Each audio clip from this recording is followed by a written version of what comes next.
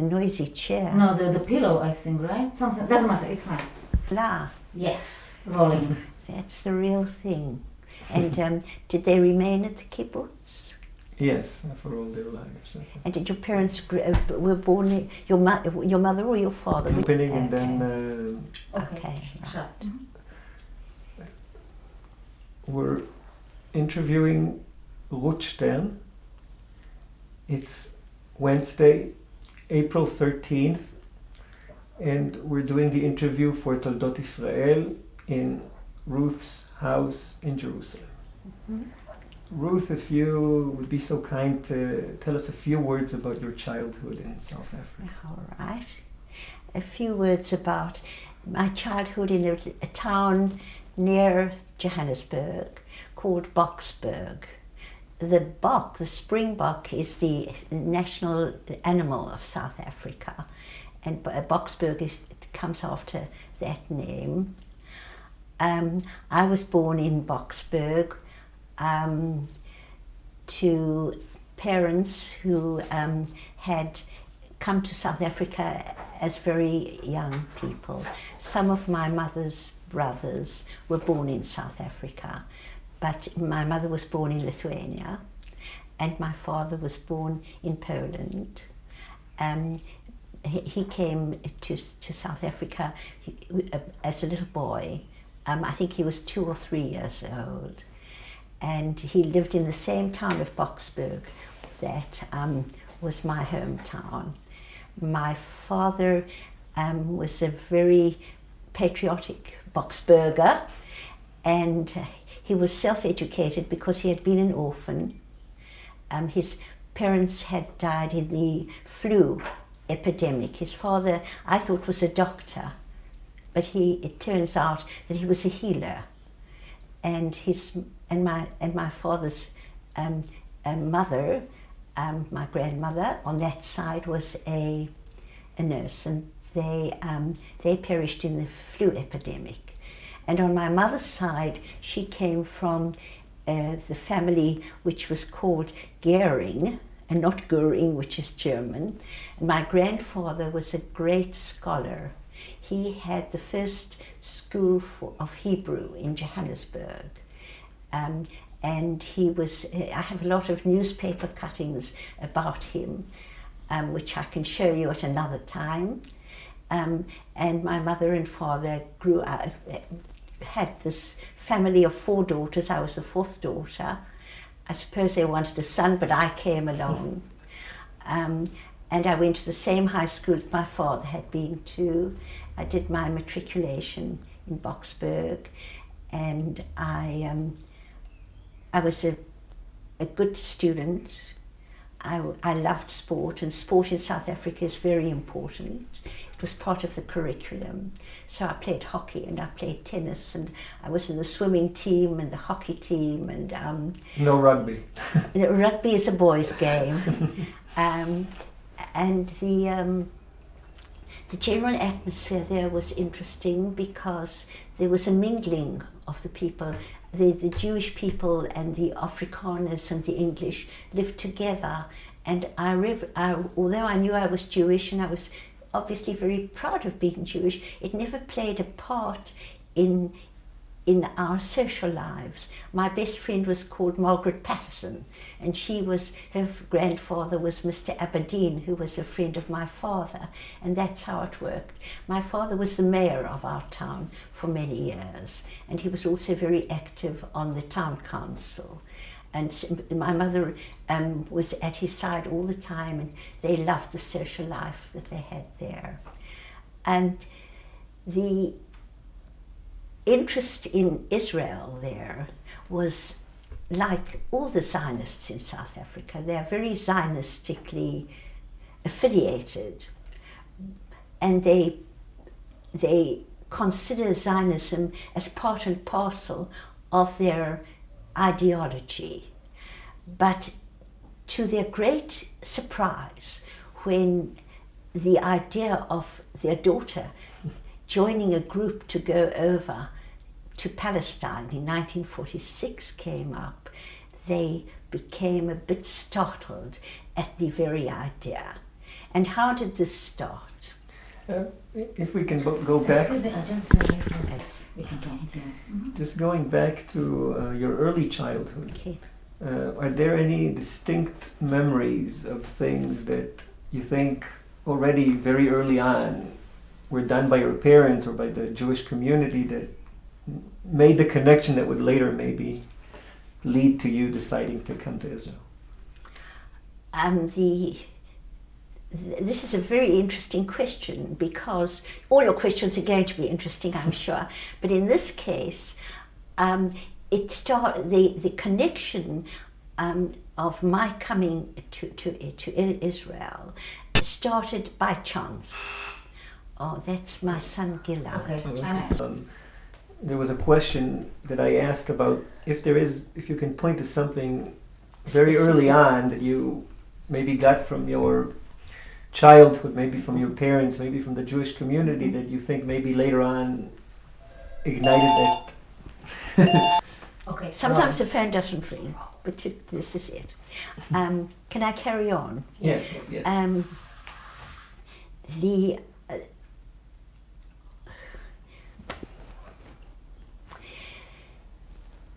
Something specific as from my childhood. The two factors played an important part in my growing up. One, as I mentioned at the beginning, was my being the fourth daughter.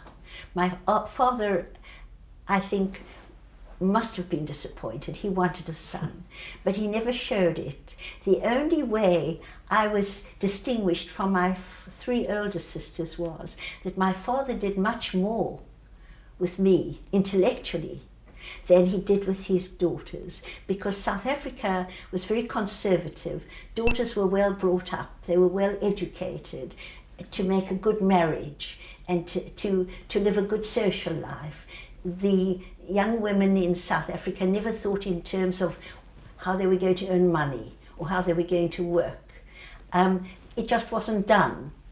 And my father saw that I was a reader.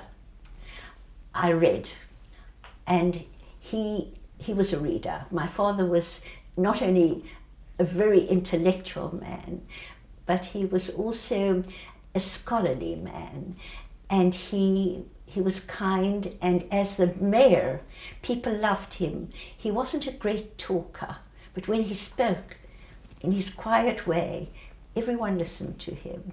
It was the same when he came to Israel the first time. He had been one of the founding members of Rotary in South Africa, and he was welcomed to Israel by Rotary Israel. And again, when he spoke to all the Israeli Rotarians, he spoke quietly and everybody remembered everything he said. Well, my father read with me certain parts of War and Peace, and we discussed War and Peace. He read history books with me, and he drew out a lot of my intellectual curiosity, which he hadn't done with my sisters. So that is one highlight which I was very lucky to have experienced.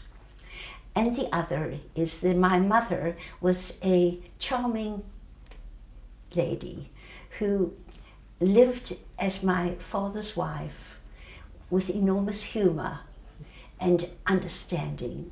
And I never really realized that she had felt deprived as a young girl until recently means about 15 years ago, I received from my sister in South Africa a copy of a letter that my mother had written to my grandfather, the scholar, the teacher of Hebrew in Johannesburg. She wrote this letter to him in Yiddish. I didn't even know she knew Yiddish. And in this letter, she said, I have 6 brothers, and they've all had a university education. But I, as your daughter, have been deprived of university education simply because I'm not a boy. And this I realized over the years when I was living in Israel and I came to visit my parents in South Africa. my mother and I would sit on that beautiful veranda in our home in Boksburg, and we would talk, and I realized what a great mind my mum had, but she never let her intellect overcome her cooperation with my father. She was always his hostess. As the mayor's wife, as the mayoress, she was always there, and people loved her. Those were two great blessings that I had with my parents. And then one of my mother's brothers was the head of the South African Zionist Federation. His name was Bernard Gehring, and Bernard was a lawyer in Johannesburg, a very successful lawyer, and a great Zionist. And one day he, together with Abraham Harman, here in Israel, Abraham Harman later became the president of the Hebrew University. But in those days he was here from England as head of the Aliyat Noah. And he and my uncle Bernard were great friends. When are we talking about? This is round about after the Second World War. Now I've jumped, you see. How my uncle Bernard and Abraham got to know each other, I'm not sure. I know that Bernard visited Palestine many times, and he and Abraham Harman had hit on an idea that they would take a group of South African youngsters, these spoiled brats in South Africa who grew up with their tennis courts and their swimming pools and their servants, and we would bring them to Palestine in 1946 to learn Zionism and take them back to South Africa to be Madriche Noah Chutz La'aretz, youth leaders for South African youth. And they thought this was a great idea. And they published it in the Zionist Record, which was the Zionist newspaper in South Africa. And of course there was an uproar. The people of South Africa were horrified at the idea. How could our children go into the wild Middle East? The Second World War is hardly over. And it's dangerous there, and these children are very protected. The whole idea is completely irresponsible, preposterous, no one can consider it, let's scratch it. But what happened was that young people like me happened to read about it. I wasn't in the youth movement, I wasn't in Habonim, but of course all the Habonim knew about it, and all the other youth movements knew about it. And it became very exciting. And I came to my parents and I said, this is for me, I want to go. And my mum and dad said, Ruth, just leave it. This is not for you and it's out of the question. And you were what, 15? I was 18. No, 18. No, I was 17. 7. And I had already finished my matric. This was for post-matrics. I'd already started university. I was doing biochemistry and dietetics. And I showed that I had the courage of my convictions and I did not let go. I nagged them, and I phoned my Uncle Bernard and I said, speak to your sister, my mum, and tell her to sign this form that I can stand a chance. I said, I don't want protectia, but if I'm chosen, it has to be on my own merits. In the end, they said, all right, let's fill in this form, but you're obviously not going to go. But I was chosen as one of them. And this started the greatest adventure in my life and changed my life, because in 1946, a group of 26 people, we were about 21 young post-matriculants, and the others were older, 25, 26, 27, who were supposed to be in charge of us, and we came across to Palestine. Now you mustn't forget that in those days there was no TV, there were no aeroplanes. It was after the Second World War.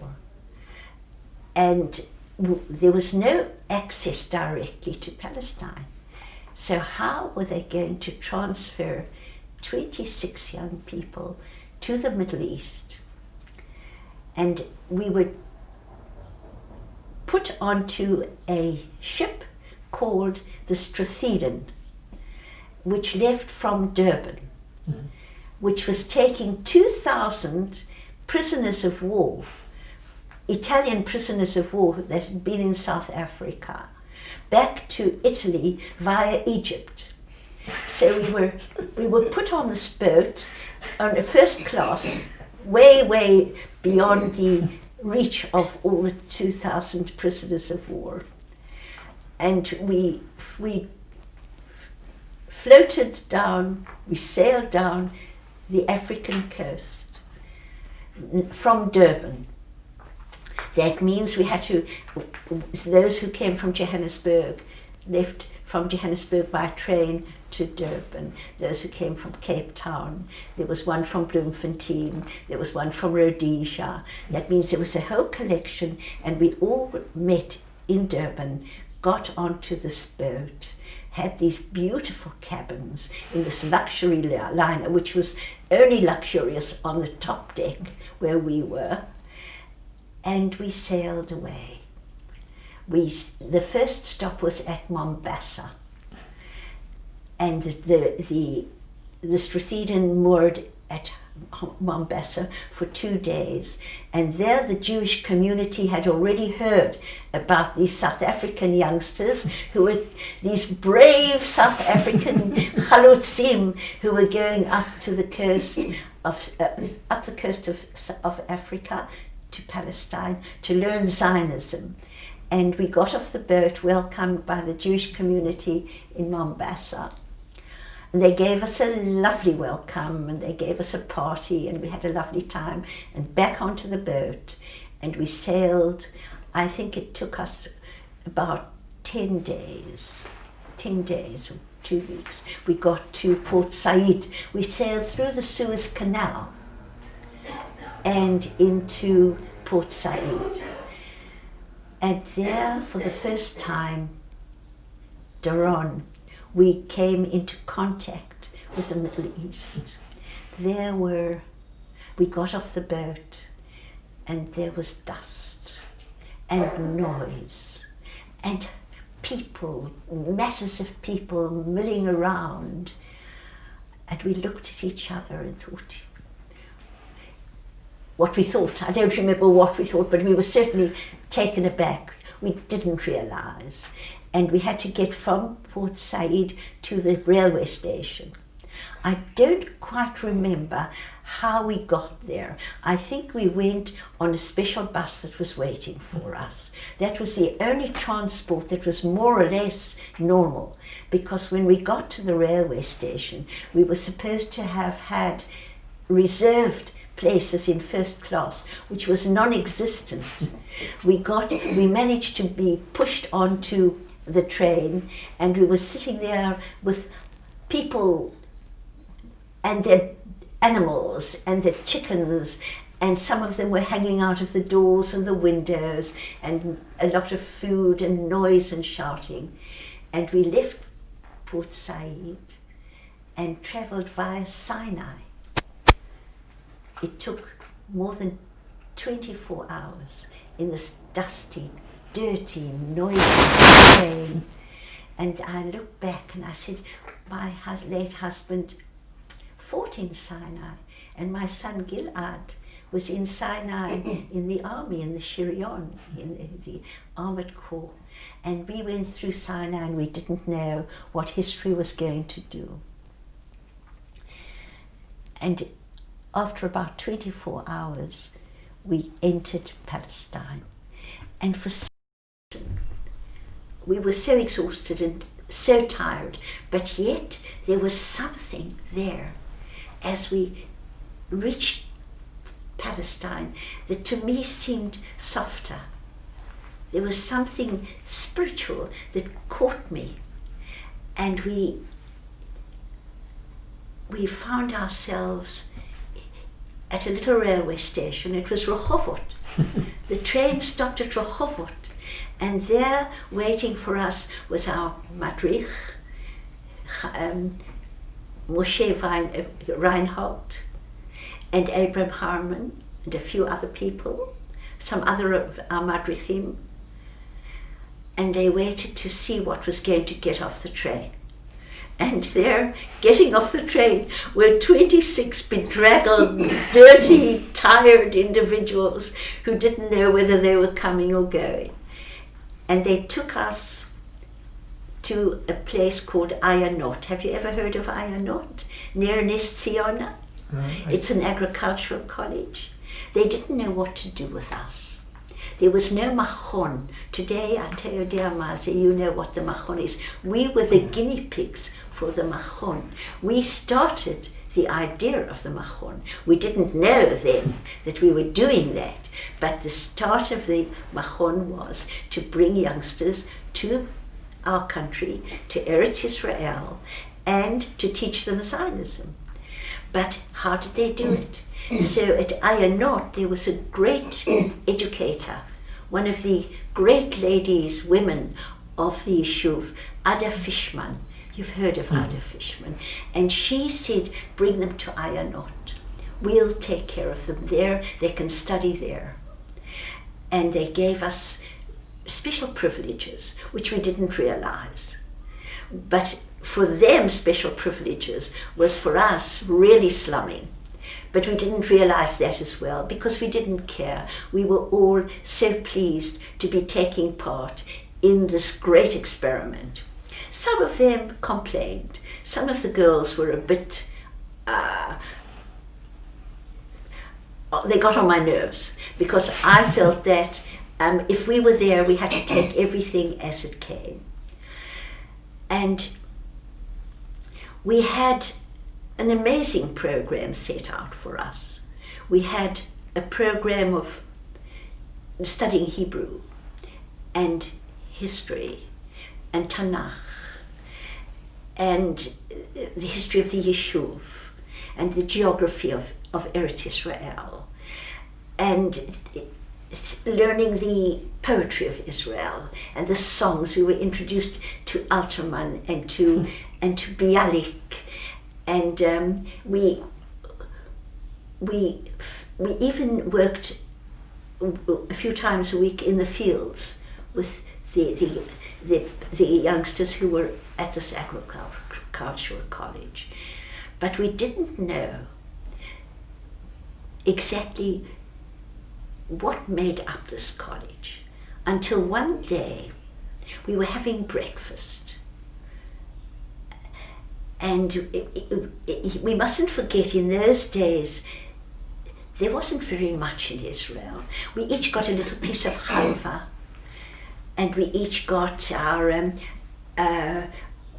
half an egg or whatever. But it was okay. There was enough bread and jam for everybody, as much as we liked. And we were having breakfast one morning, and suddenly we heard the most chilling screams that set my blood to ice. And I jumped up, we all jumped up, and our madricha Ruth said, her name was Ruth, our madricha, she said, hold on, sit down. That little boy who's screaming has just been brought in from Germany. He was a survivor of the Nazi camps.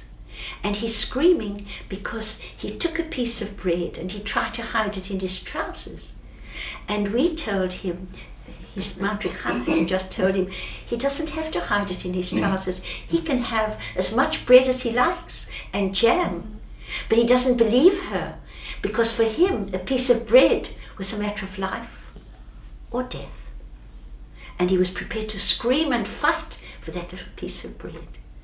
And suddenly we realized that in this amazing college there were youngsters from Israel who had been born here, the Sabras, and they were helping to take care of these little old people. This little boy's face was old, this little boy who was screaming, and those like him. They had old faces and they had the experience of death. And we realized that this Ayonot was a place for rehabilitation as well as teaching the rest of the country's children to enjoy and value the privilege of working with their hands, because the Jewish people were now working with their hands, and that was the privilege. And we realized that this was new to the world, that the Jewish people had come back to their own land and they were changing it from a place of desert to make it bloom again. And that is one of the great advantages that we had when we stayed at Ayonot. And then one day, we had been there, I think, for about a month or so, 2 months. We were told that now we were going to start going on tiulim, and that we would have a guide. And this guide turned out to be no more or less Dr. Zev Vilnai, the greatest. And Zev Vilnai came into our lives. I'll show you later. He gave me 3 of his books, and in each one he wrote something for me. And this man who knew, he later became a professor of geographical history or historical geography. Right. But he knew every stone in the country. He knew every pathway. I said he knew every blade of grass. And he took us on tiulim of a week or 10 days every 2 weeks. He used to call us the South African brats. Come on, South African brats, you walk. And he made us, we went by bus wherever we went, and then we got out of the bus and he made us walk. We walked up the hills. We learned about walking up the Gilboa, and we learned about the kibbutzim. We learned about the rivers, and we learned about the love of changing the desert to bloom again after 2,000 years. I want to have a break. Sure. For advertising. Yes, rolling. So maybe 2 questions about the very special period in 1946.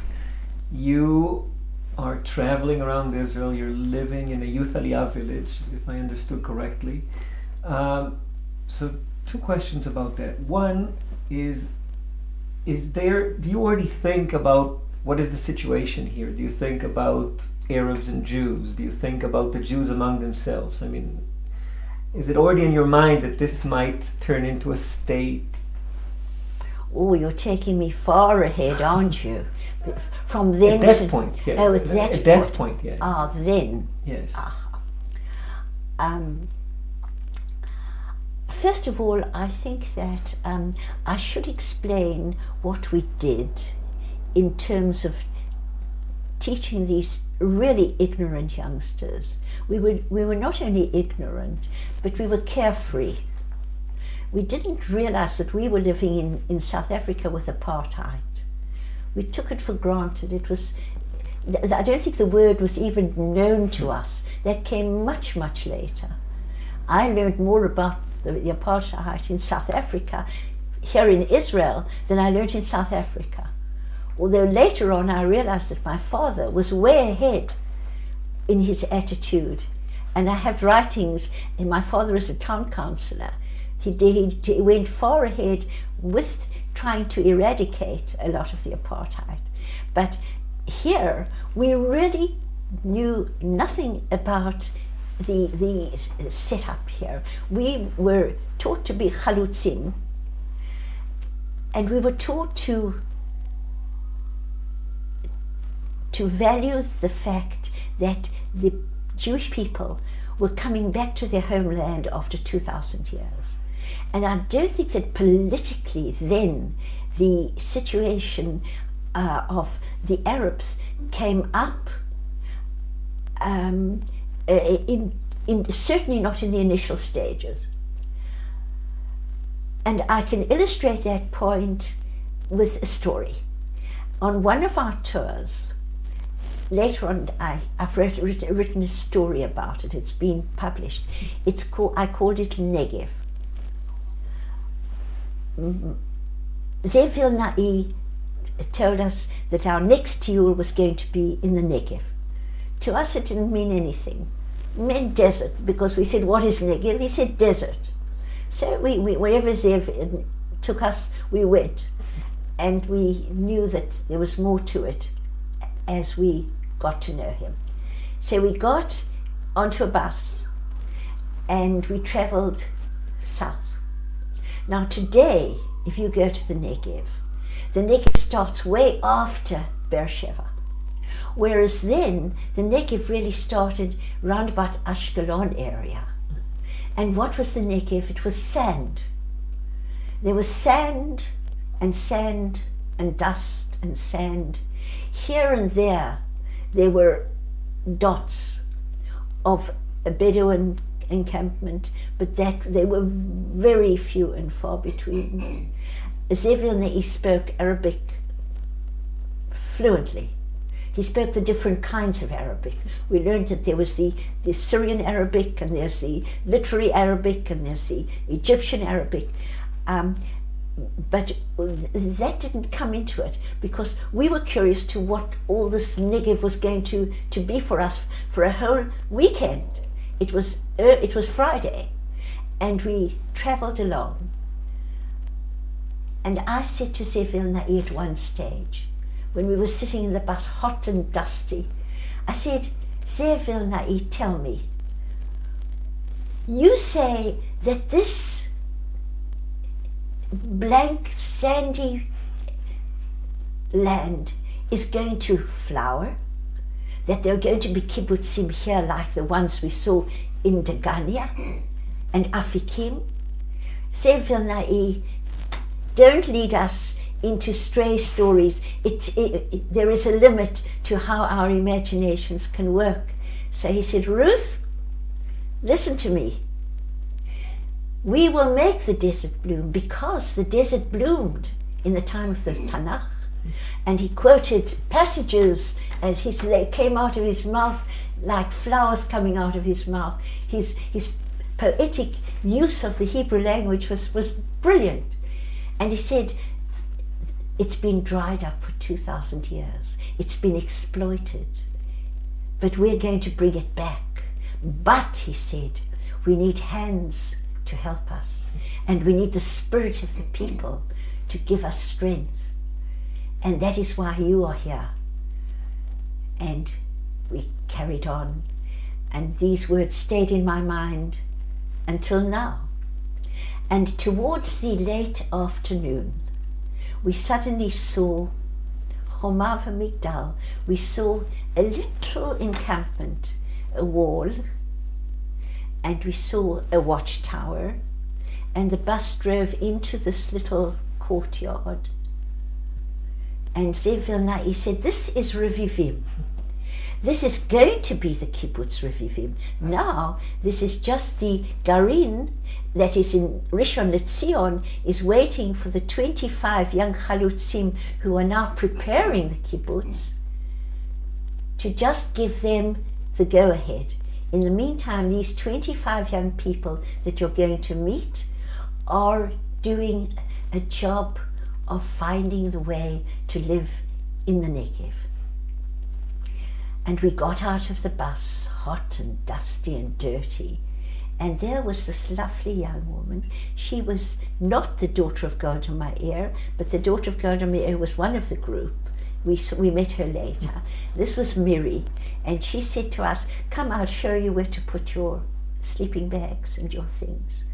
And she was so nice, and she had a long plait on the side of her head.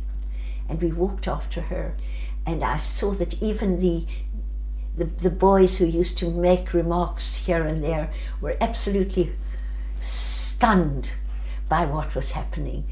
And then she said, I'll show you where you can shower. And we thought, shower here? And she showed us a little tzrif, a little hut, where they had showers, 2 showers, which we took turns, but the water trickled down, and the water was also very brackish, salty. But there was water there, very little, and we each took turns to have a little bit of a wash, and we were warned, the water is scarce, it's precious. And then after that we had a little Kabbalat Shabbat with these young people. And then after the Kabbalat Shabbat, we brought a lot of the food with us. We sat in the courtyard and they had a bonfire, a campfire. Kumsitz, we the South Africans called it a kumsitz. And these young kibbutzniks started to sing and to dance. And they were so unself-conscious. One played a mouth organ and one played an accordion, and they danced, and suddenly one of the young men came up to me and he said to me, "Atrokedet?" And I didn't know what to say because I had seen him before and I had looked at him. And I was so shy, so he said, do you dance? And he took me and we danced and danced and danced around the fire, and I learned all the dances that night. And then round about 1 o'clock, 7, he said, "Akshav maspik, enough," and everybody to their place to sleep. And I had to go and leave Uri. His name was Uri Weinhaber. And Uri said, "I'll see you tomorrow." The next morning I didn't see him because we went off early and he went to work earlier. We went to learn about the Negev, and we learned about the Hitchashvut and the plans for the Negev. And we learned when we came back to Revivim, we didn't go straight back. We saw how they are cultivating little saplings, which they planted in this dry earth and surrounded them with stones to catch the dew. And the dew was the precious water that they used to exploit every drop to help the desert bloom. We learned how they drank water which was a bit salty, and how they were living in these very difficult conditions. And that evening, Uri came up to me and we had Arochat Erev, and then he went off to do Shmirah. And I saw how they worked during the day and they did Shmirah, they did guard duty at night. And so we spent Shabbat there, and on Sunday morning we left. And I said to myself, I'm coming back. So at that point you already... And this was the major change in my life. One, when Zev Vilnai taught us the magic and the miracle of re-establishing our homeland. And two, when I saw it in practice in Revivim, I came back to Ayonot and I was very unhappy. Everything annoyed me when I saw how these South African kids were doing, and I kept comparing myself with what they were doing in Revivim. So one day we had a free day and I said, I'm going to Jerusalem. I had met about a month before or so a family in Jerusalem, the Herling family. They came from the Arnan family. And Avram Arnan, you know who Avram Arnan was? He was the Miyasid Shalat Sayeret HaMatkal. Chaya was his cousin. And this Herling family took me into their hearts. I went there to give her Chaya, Drishat Shalom, from somebody on our group. And she just said, come and stay with us. And I became part of that Herling family. And I said, I'm going to visit Chaya Herling and her mother and her brother in Jerusalem. And I came to Chaya and I said, Chaya, I want to go to Revivim.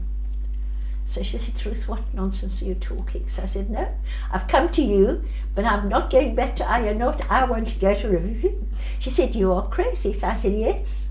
But she said, you don't do that. She said to young women, young girls, don't just walk around the country like that, and certainly not young English speakers. And you're an English girl. Your country is part of the British Empire. South Africa, that is why you're here. Otherwise they wouldn't have allowed you to come here. But Palestine is part of the British Commonwealth, and you can't go running around like this. It's impossible. So I said, Chaya, I want to go. This is the same stubborn Ruth who got to Palestine in the first place. And Chaya said, okay, I'll take you to a bus and you have to get to Rishon LeZion. So there is the Gorin. So I have to ask you for a minute. Yeah. So Sorry, again, there is a problem. Yes. So I just had to ask you, I understand that there was a lot of pull to Revivim, but wasn't a lot of the pull also this Uri guy? Of course, of course. But it was both. It was both. It wasn't only Uri. But he signified for me they all did. To me, I suppose in my I was very young, also very naive, very, very naive. And they became larger than life for me. And there was also a lot of romantic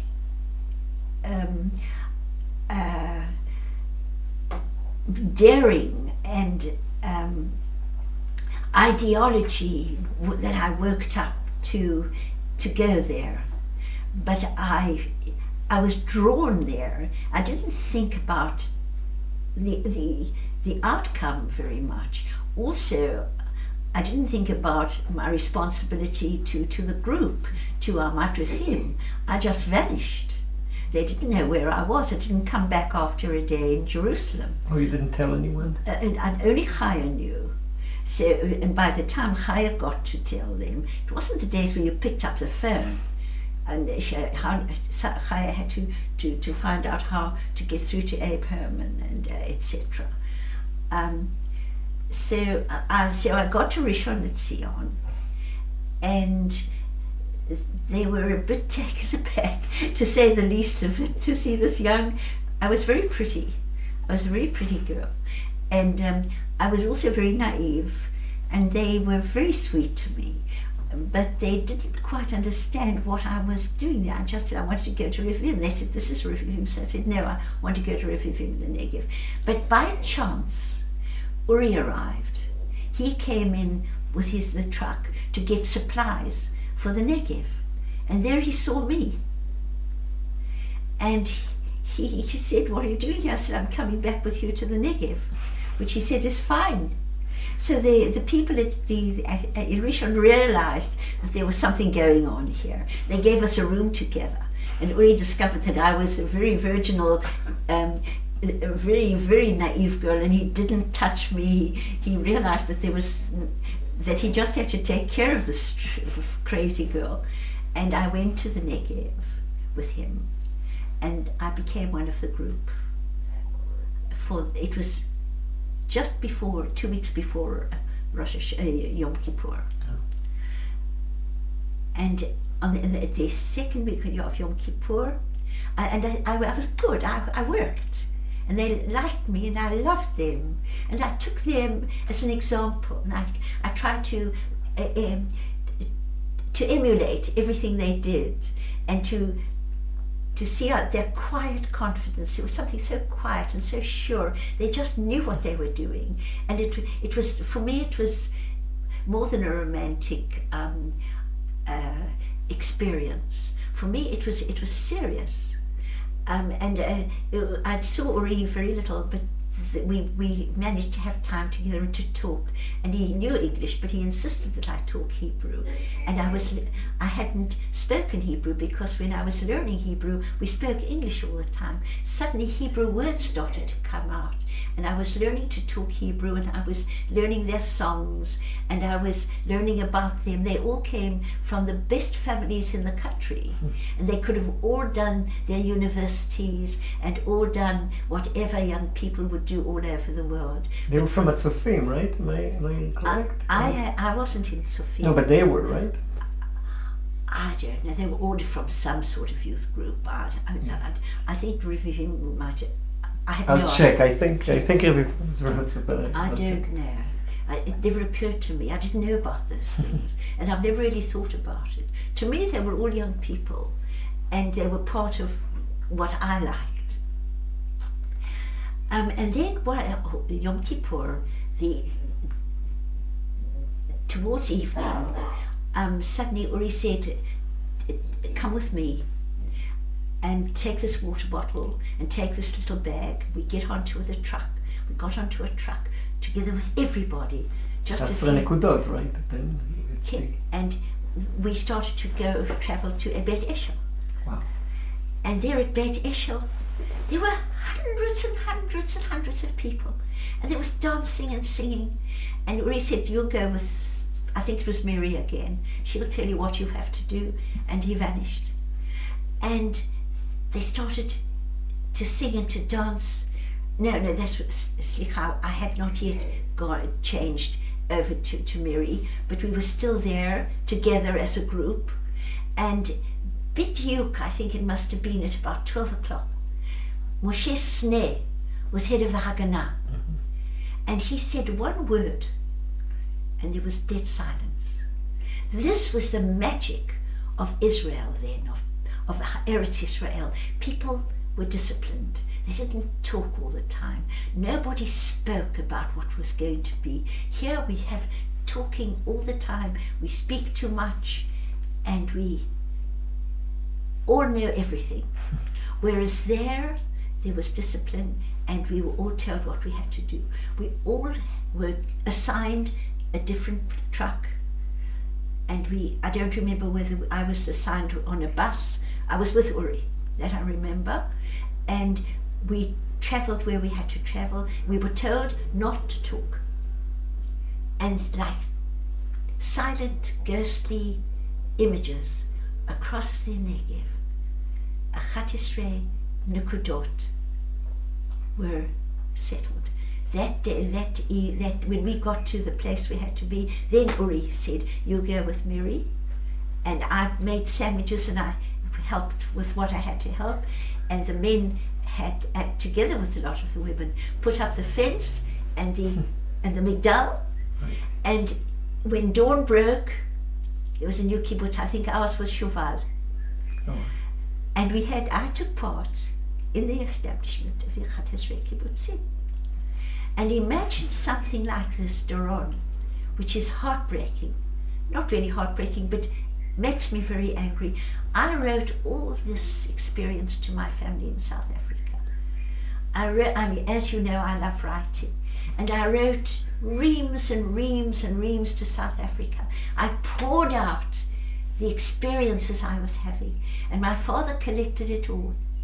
But when they left our big house in Boksburg to go to a smaller apartment on the lake side, my 3 sisters, bless their hearts, helped to get rid of a lot of the unnecessary things. And they destroyed all my writing. They didn't realize what I had written. I don't even think that they took an interest. Only many, many years later, when I told my oldest sister, Sil, who became like the foreign minister, she started to come to Israel. She never stopped. But then they didn't realize what they were destroying. So everything I write now and everything I say now is from memory.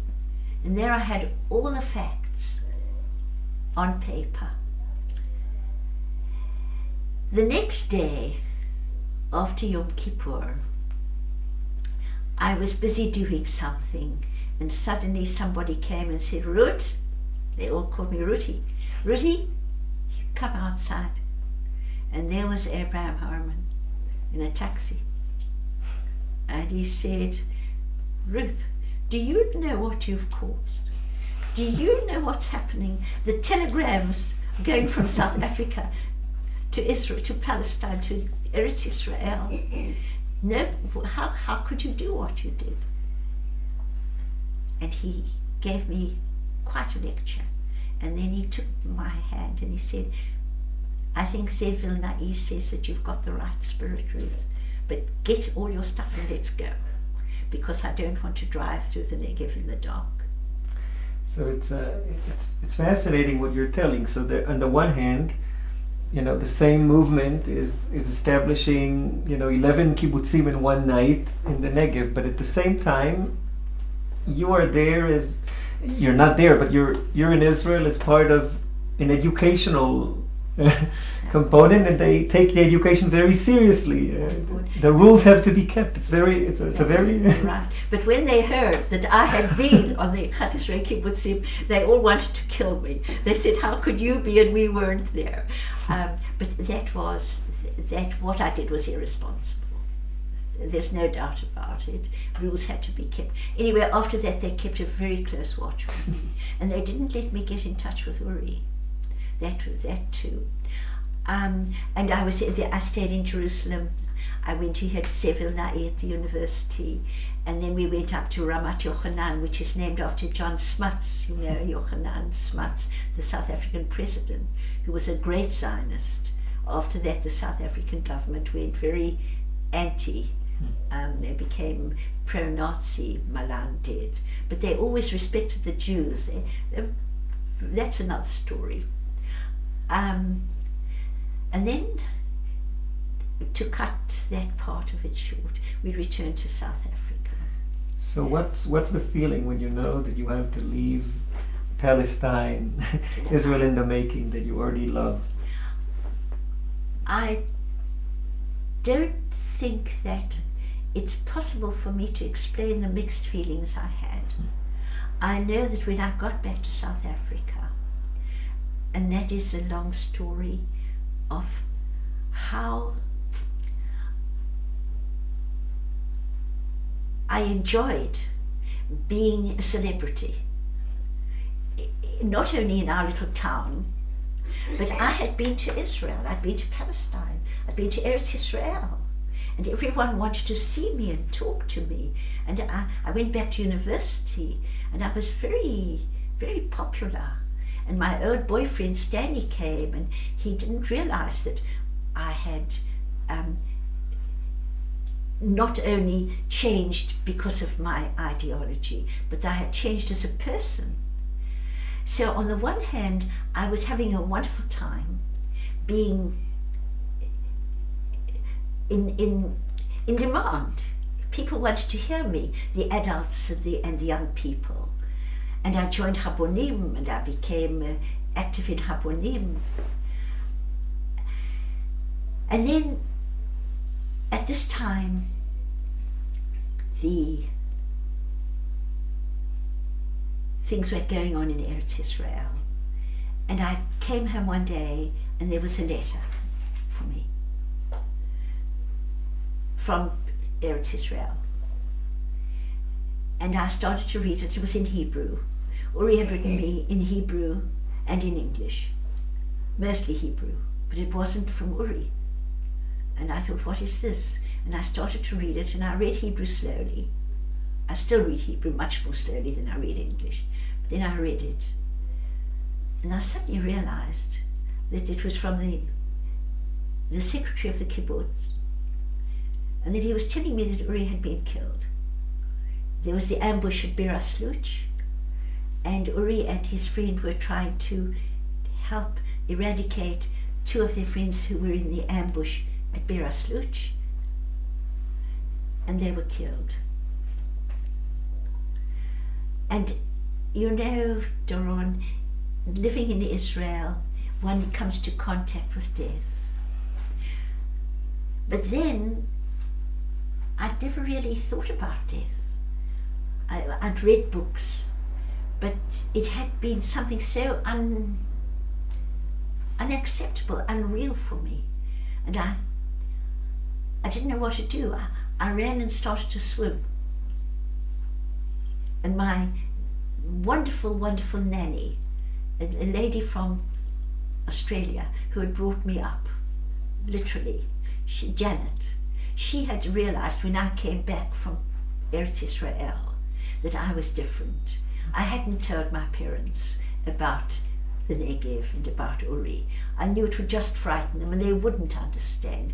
How could they understand, in the way we lived in South Africa, what this meant to live in a tiny little courtyard with a watchtower in the middle of nowhere, drinking water that is slightly brackish, and living so so primitively, they couldn't have understood. And Janet came running after me and she said, if you don't get out, I'm going to get in with you. I remember those words. And I sat with her soaking wet and I cried. And I said, Janet, I have to go back. I promised Uri and I'm going to go back. And when was that? When, and 1947? That was 47. The beginning, it must have been, I've got the date written down. That's a historic date, that murder at Birasluch. And that was the time when the Israeli people were beginning to prepare for war.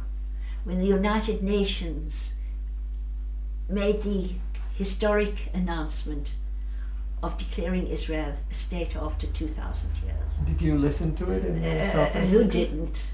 Of course, I remember we all sat around the radios. There were radios, there were no TVs, around the radios. And everybody was very excited.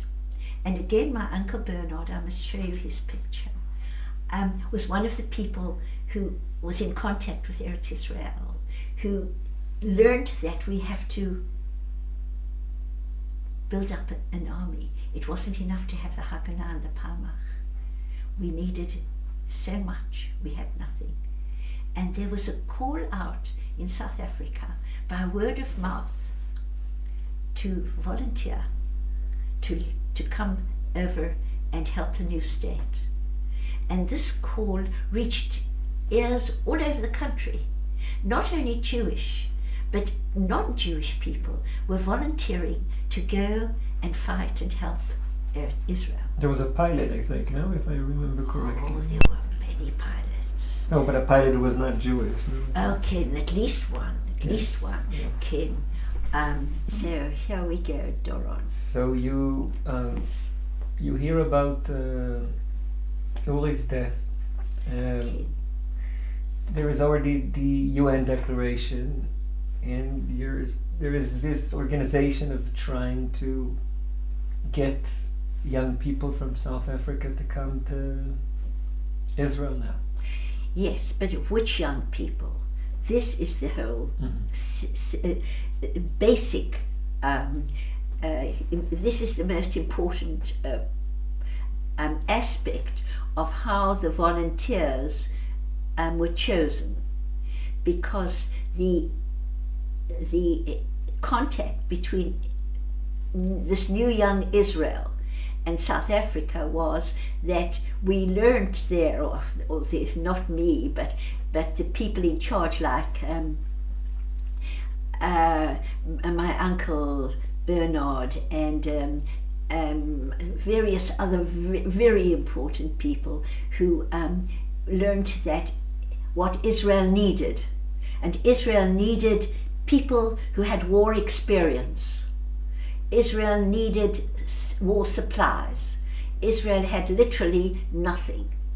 So the message went out to all the war veterans who had come back from the war after 5 years of the Second World War. Now, South Africa did not have conscription.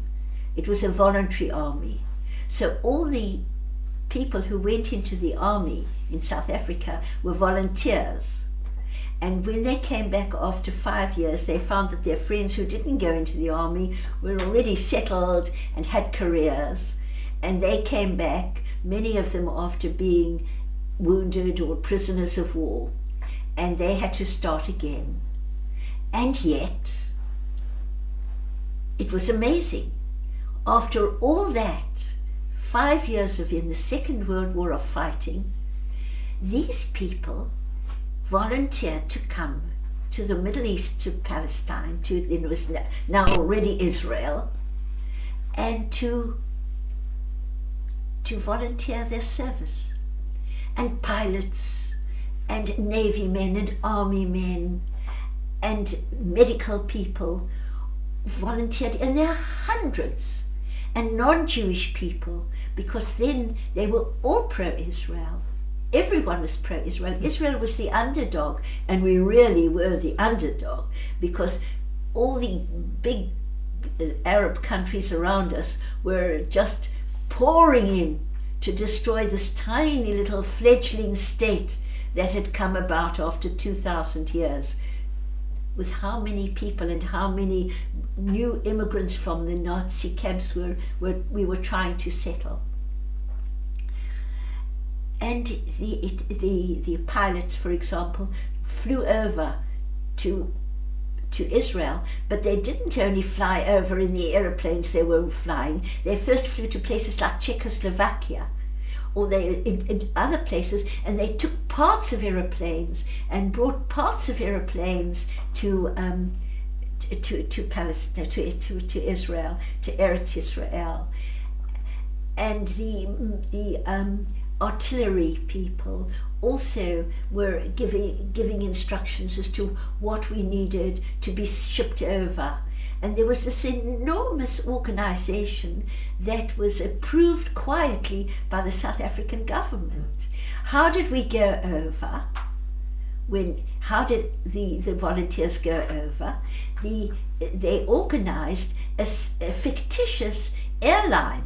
They called it the Universal Airlines, which was only to bring supposed people to various parts of Europe or to England, but really to transport the volunteers to Eretz Israel, to Israel.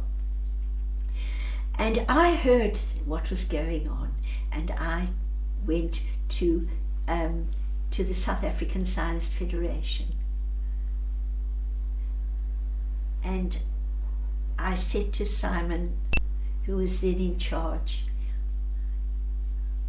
I've come to volunteer to go to Israel. So he looked at me and he said, he was the army chaplain in the Middle East forces, South African Middle East forces.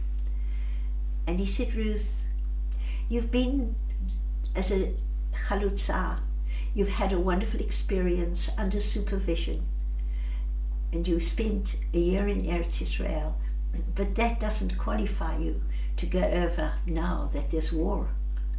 And what can you do there? This is ridiculous. You go back to university, you're busy now at university, but I really can't recommend that you go across. And I said, look, I'm doing dietetics and I'm doing biochemistry, which includes physiology and anatomy and dietetics, and I can go as a nurse. And I've done my Red Cross training, which all the students have done Red Cross training. So don't say I'm not qualified. And then I told him about Uri. I said, and I promised Uri that I would go, and I've got to keep my promise. I can't sit back now. You have to let me go. So they agreed. And I was chosen to go. And I came home and I told my parents. And I remember this famous tea party my mum used to have with me, sometimes when she was free and I was free, 4 o'clock tea on the veranda. And I told my mum that I had to go, and I explained to her why. And this wonderful Frida Soretsky, my mother Frida Soretsky, said to me, you know, Ruth, I understand you, and you've had chances that you took because you're like that. You're different from your sisters, and I envy you because you've done what you want to do, and you go with my blessings. And as she was talking, my father came out. He was home, and she said, Abe, come and talk to Ruth. And my father sat down with me as well. My mother said, Ruth, you can't be like your sisters. At one time I thought, why can't Ruth be like her sisters? But I know that you can't be. You're different. And you go and you take our blessings with you. And after a short time I got a call that we were leaving on a certain day. And if I say that I wasn't very moved and excited. And what did your father say? My father said,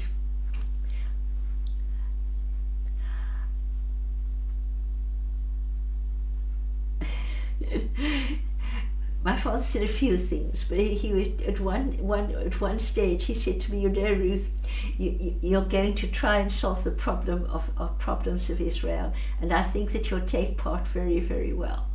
Because I remember years later when I visited South Africa, I think 3 years later, 2 years later, and I came back to visit South Africa. My father and I were sitting and talking, and I was telling him about the politics of South Africa that I disapproved of. And I was solving all the problems of South Africa for him.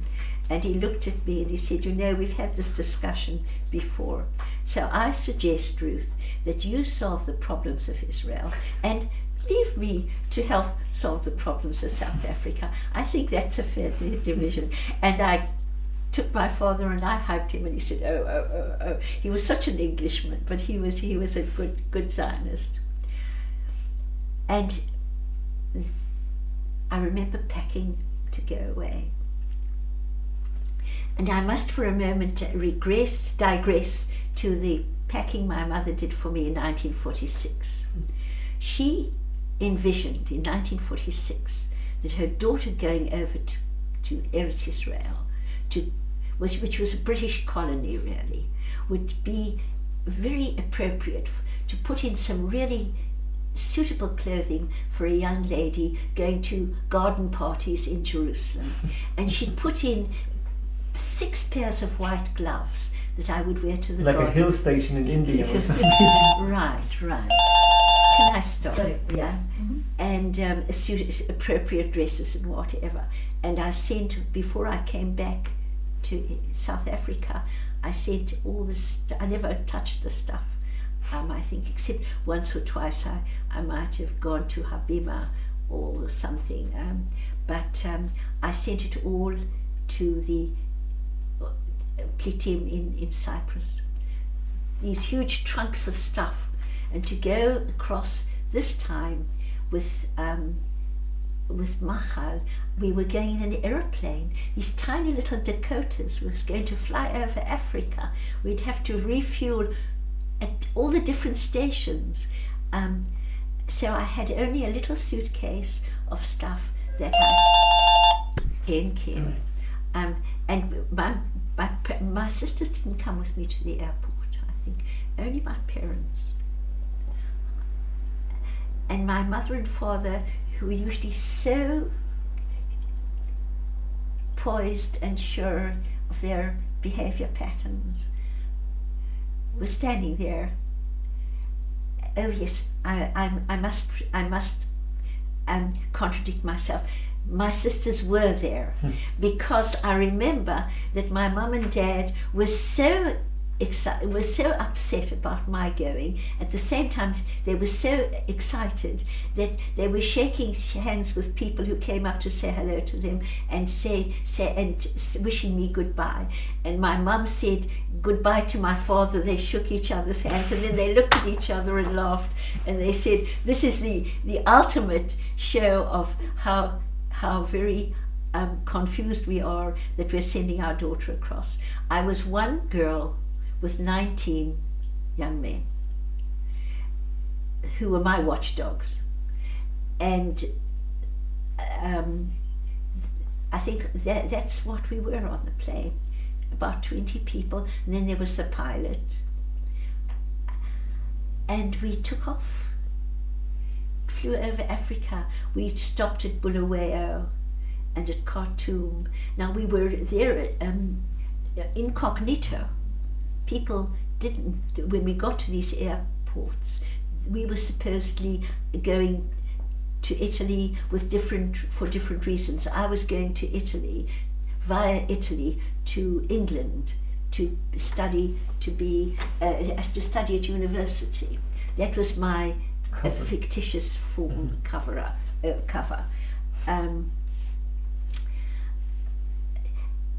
And when we stopped at these different places, and the airplane had to refuel, and we somehow related to each other according to what we had decided. But yet we never felt that we were convincing enough. We didn't talk about it very much. And we eventually landed in Rome. And we were going to be taken across to Israel. The Haganah people came to meet us. And they said, no, we've changed our plans. We can't fly you across. You're going to go to Marseille. I think it was to Marseille. And there you're going to take a boat with new immigrants, and you're going to sail across by boat, the Ketma, on the Ketma. So I'm not quite sure it was Marseille. I have to check. No, I think it is. Yeah. Yes. We got to the port, and we saw this boat, and these 19 young men were so full of humor and so full of confidence, and they were so loving and caring. They never let me take a step without making sure that I had someone to guard me. And when they saw this boat, they said, well, it isn't a tub, and we'll be on the top deck, and we'll be okay. And then I looked at all these new immigrants who were in the boat already, who were coming from Europe. And I looked at them and I wondered what they saw when they saw this group of South Africans, happy-go-lucky youngsters from sunny South Africa. I wondered. But we went onto the boat and we went up to the top deck. And for the first part of the journey, we didn't make any contact. I hardly made any contact with them anyway. But they were curious about us. They couldn't understand what we were doing there. And a lot of the boys went and spoke to them, made contact with them. And there's a film, which is in my film, which I'm going to give you. Gilad said he's made copies of it anyway. And this film that was taken by Norman Spiro, I don't know if you've interviewed Norman, but Norman Spiro had this film and he made it with this 10-inch mamash, this old, the old cameras of films, which then was considered something very, very special. And there were the Haganah people who were escorting us were, for me again, Sabras. And they didn't understand what I was doing. They didn't know that I'd been in 46. They didn't know that I knew Hebrew. And one of the young men there was a bit, he bothered me because he was a bit sarcastic, because he didn't know what this young lady, because they give the impression of being a lady, was doing on the boat with these volunteers to go and fight. And I was sitting and reading one day on the deck, and he came up to me and he said to me, do you know that how did you get onto this group? So I said to him, I don't understand your question. He said, what do you think you're going to do in Israel? There's a war on. Don't you think it would be dangerous? Who gave you permission to be here? So I said to him, Ani ba mipnei sha'am shelcha ze ha'am sheli, v'ani ba la'azor. In Hebrew, your people are my people. That's quote of Ruth like from the Bible. Like another Ruth, yeah. Do you? And I said, and that is why I'm coming to help you, because I want to be part of your people, because I am part of your people. And he said, what, you know Hebrew? So I said, yes, I've been to our country, to Eretz Israel. And from that time on, we were very good friends. When we came to Israel, his family one day came to meet me at the hospital and invited me, and they were really very, very, very nice. And one of the other Sabra girls taught me to play the Khalil. I'll show you the picture, a lovely picture. and they were friendly until we got near to Haifa, and it was evening, and the boat was nearing the shores of Eretz Israel, and we saw the lights of Mahar Carmel coming on, and somebody, it's hungry, and suddenly one of the people down below started to sing Hatikva. And all of us stood on the deck as the boat approached Haifa, and we were all singing Hatikva. And then one of our boys said the prayer, and all together we said Amen as the boat moved into Haifa. And there were tears in all our eyes. And what did he say? Did he say Shechianu? Kvadai, Ken. And then Shechianu, Ken, Vihigianu Lisman Hase. And we got off the boat, and of course we were led to a different place. And then when we were registered in, they took me separately, and I was separated from my bodyguards, from my watchdogs. And for the first time I really felt very frightened. And I began to ask myself what in the name of fortune I got myself into. And I was taken to the Kelet in Sarafand, and there everything was dark because of I didn't realize, because they were afraid of air raids, you see, and they interviewed me, and I told them about myself, and they said, of course you can be a nurse, we don't have nurses, you can be a nurse if you know something, even if you're willing, and you'll go to Tel Atvinsky Hospital, which today is Tel HaShomer, and there you will be assigned.